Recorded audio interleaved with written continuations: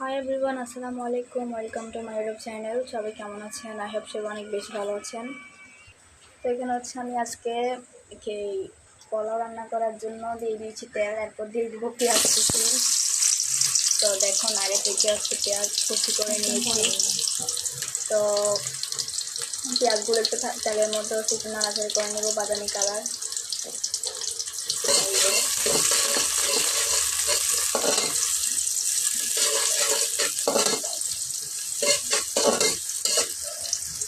ভালো করে হচ্ছে একটু নাড়াচাড়া করে নেবো, আর এই পর্যায়ে হচ্ছে একটু ডালটা একটু দাঁড়িয়ে দিব। তো দেখেন এগুলো হচ্ছে একদম বাদামি কালার হয়ে আসতেছে আস্তে আস্তে। আর আজকে প্রচুর পরিমাণ হচ্ছে বৃষ্টি হচ্ছে বাহিরে। এরপর দিয়ে দিলাম হচ্ছে আদা বাটা আগে থেকে।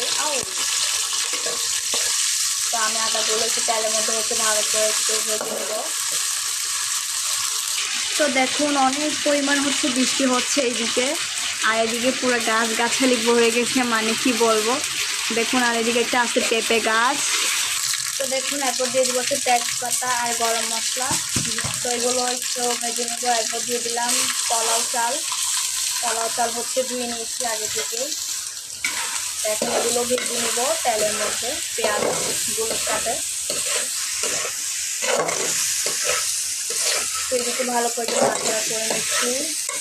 তো ভালো করে তো বাছতে হবে। এরপর দেখবো পরিমাণ মতো লবণ।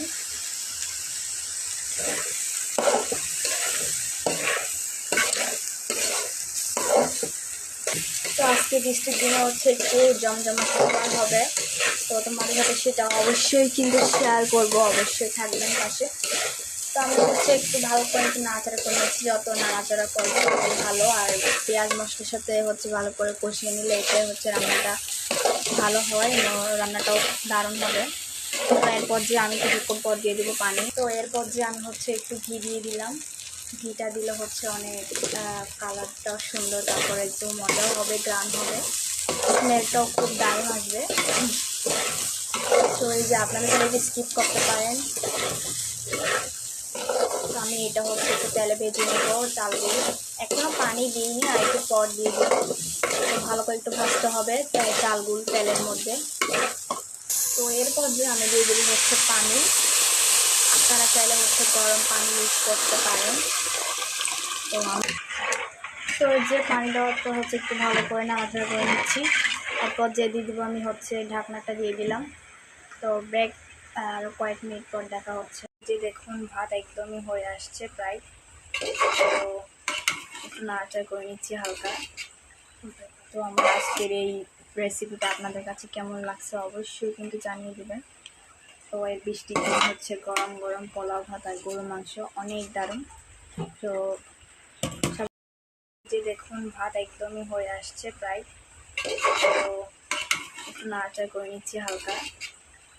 তো আমার আজকের এই রেসিপিটা আপনাদের কাছে কেমন লাগছে অবশ্যই কিন্তু জানিয়ে দেবেন। তো এই বৃষ্টির দিন হচ্ছে গরম গরম পোলাও ভাত আর গরুর মাংস অনেক দারুণ। তো সবাই ভালো থাকবেন, সুস্থ থাকবেন। আল্লাহ হাফেজ।